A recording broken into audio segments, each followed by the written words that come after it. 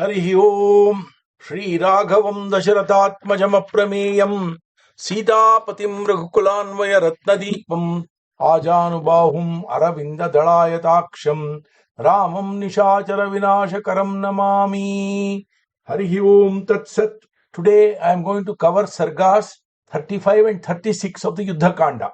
We have already mentioned how Sarama and Sita heard the Vanara army beating their drums and blowing their conches and getting ready for battle. Sri Rama was leading the immense army as they commenced their attack on Lanka. Ravana heard their war cries and war drums. He looked at his ministers as if wanting a cue. Then he said, "All of you have already heard enough of Rama's exploits in bridging the ocean and arriving here with his army. But I expect that you will not stop with looking at each other's faces, but will show your valor on the battlefield." Hearing this sarcasm from Ravana, his maternal grandfather, Malyavan, who was very wise, now spoke. "O king, the monarch who is well schooled in the 14 branches of knowledge essential for a ruler and following the right way to rule will reign his land for long. He will know how to collect treasures as well as how to bring enemies over to his side. The ruler with his interests in the long term will make peace with enemies when it becomes necessary. Hiyamanena kartavyo rajnya sandhim samena cha nashatrum avamanyeta jayan kurvita vigraham." When a king is weakened and confronted with an enemy, even if the enemy is his equal, he should make peace. In any case, when the enemy is more powerful, insulting and provoking the enemy is wrong. War is warranted only when the enemy is weaker. Tanmahyam rochate sandhi saharamena ravana edartham abhiyuktosi sita tasmai pradhiyatam. O Ravana, indeed it strikes me that you should make peace with Sri Rama. The cause of this confrontation, that is Sita, whom you have abducted, should be restored to Sri Rama, her husband. Ravana, gods, rishis and Gandharvas all are rooting for Sri Rama's victory. They are his support. Don't therefore cultivate enmity with him. Make peace. Malyavan continues to say how Brahma created Devas on one hand and Asuras and Rakshasas on the other hand, with a distinction that one side would stand for Dharma and the other would pursue Adharma. Whereas in Satya Yuga, Dharma subjugated Adharma. In this time, Adharma ruled over Dharma. By Ravana's constant pursuit of Adharma during his relentless world conquest, all his enemies had now gathered into a mightier enemy force than his own. The Adharma pursued and nurtured by Ravana was now a big python, snake, about to swallow up all of them. The gods' dharma had made the enemy stronger. Vishayeshu prasaktena yat kachit karinatvaya rushinam nikalpanam udvego janito mahan. O Ravana, all your obsession with sense pleasures that drove you to all your misdeeds has now brought upon you the wrath of all the rishis who nurture the sacred fire with immense spiritual power. That has all culminated in the extreme provocation of your enemies. Malyavan says no one should underestimate the ascetic powers of those rishis who lead extremely pure lives and pursue their fire worship and their practice of dharma constantly. Their fire sacrifices with loud Vedic chants cannot fail to have an effect. Indeed, their Vedic chants and rituals routinely disperse all Rakshasas after weakening them. The smoke rising from their fire altars spreads in 10 directions and scatters the Rakshasas. Thus far, the greatest force potent in taming Rakshasas has been the endeavor of these rishis. This reminds us about how Vishwamitra was able to get rid of Maricha and Subahu. O Ravana, you asked for boons that no Devas, Danavas or Rakshasas could kill you. But realize now that Sri Rama and his army are only humans, bears and Vanaras.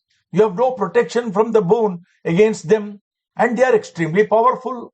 Utpatan vividhan drishtva. I have seen so many ill omens that all spell the destruction of Rakshasas.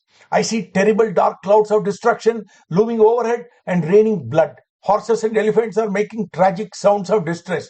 All the skies are dark and gloomy. Many wild animals of prey and eagles are hovering around us.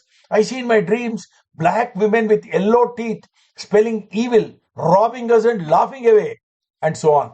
Malyavan lists many other omens featuring strange behaviors of domestic animals and common birds too. Death is roaming amidst them with a cruel guffaw.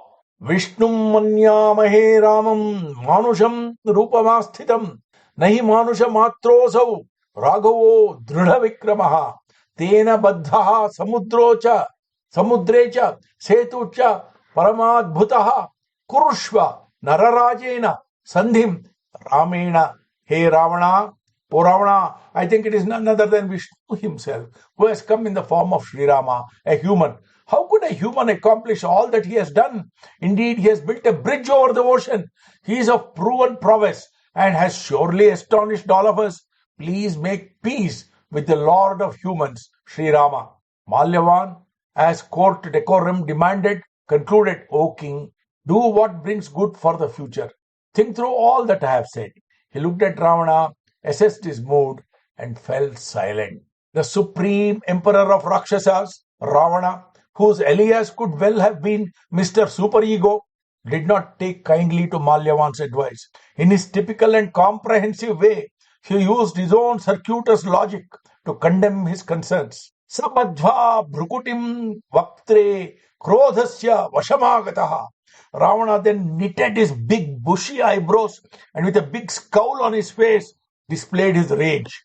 Hita buddhya yadahitam vachaha Purushamuchyate Parpaksham Pravishyaiva Netat Shrotamagatam Mama. He says, O Malyavan, your words, apparently well meant, which are actually doing a disservice to me, and which you have uttered after taking the enemy's side, they have not reached my ears at all.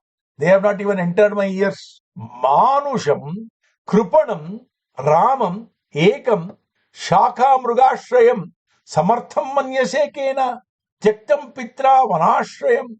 It is most surprising, Malyavan, that you are singing the praises of Rama, that miserable mere human who was discarded by his own father, who sought refuge in the forest and has now befriended some monkeys. Rakshasam Ishwaram Mam Cha Devanam Cha Bhayankaram Heenam Mam Manyase Kena Aheenam Sarva Vikramaihi. And you choose to paint me as a weakling in comparison when I am the supreme lord of all Rakshasas and I strike terror in even the gods. And how did you fail to notice that I have lost none of my formidable powers in battle ever? Do you hate me for my valor? Or have you made a pact with the enemy so that you are towing their line? That can be the only explanation, Malyavan, because a man of your wisdom and sagacity would not speak thus otherwise. That miserable Sita, whom all fortune has forsaken, has been redeemed by me by being brought from the forest. I have done a big service to her. How do you suggest I now get scared of that Rama and return her to him?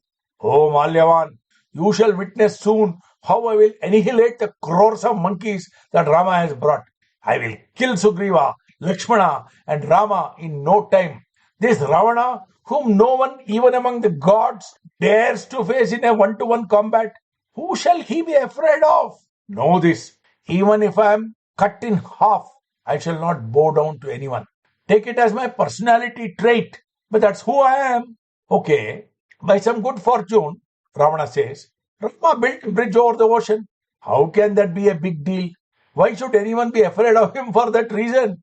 Know this, Malyavan, I am solemnly swearing to you that Rama will not return alive, nor will those honor us. Malyavan got a measure of Ravana's rage. He was a bit shamefaced now, having been insulted like this by his own grandson. He proclaimed, Victory to our king, and took leave of Ravana and left the assembly. Ravana now turned to his ministers. He announced their defense plan. Let Prahasta with his forces guard the eastern gate. Let Mahaparshva and Mahodara, great warriors, guard the southern gate. Let my great warrior and illusionist magician son Indrajit defend the west gate, along with a formidable Rakshasa contingent. Let Shuka and Sarana guard the northern gate. I shall personally go and lead the army at the northern gate. Let Virupaksha, that formidable warrior with an immense contingent, guard the center of Lanka. Ravana felt he had made excellent arrangements. He felt great confidence. Valmiki says, given that he was being drawn on a string by fate, Valmiki says, Ravana was being pulled by a string without his own knowledge by fate. Amidst cries of victory to our king, he left for his inner chambers. Sri Rama Jayam.